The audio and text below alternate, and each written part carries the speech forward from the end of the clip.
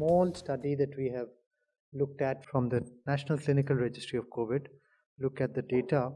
So now we have collected data of hospitalized patients from 37 hospitals, and these were the hospitals which were helped us in the plasma study which we did across the country in 2020. These were the study which had given us the hospitals which had given the registry data comparing the first surge with the second surge. There were two time periods which we studied.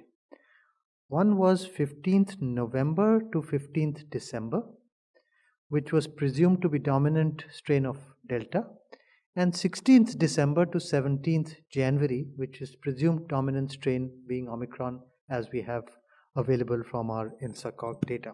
1,520 individuals were hospitalized, and their mean age during this third surge was lower. So the mean age was about 44 years. There was a much slightly younger population. Having said that, the comorbidities present in this younger population was pretty high. About 46% had comorbidities. This is people who are younger than around 44 years, but nearly half of them had some comorbidities. And the predominant symptom, their symptoms were much less, but the predominant symptom which was higher in this population during the January period was of sore throat.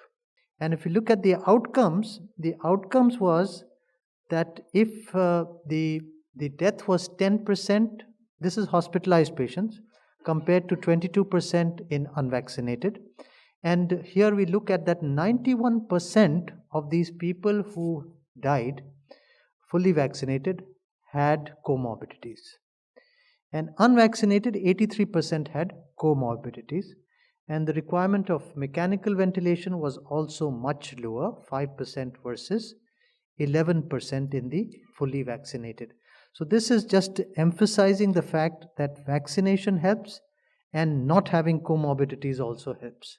Younger patients during this third surge, 44 years versus 55 years earlier, comorbidities were 46%, so higher in this very young population. All symptoms in lesser proportions, we know that, and mainly sore throat.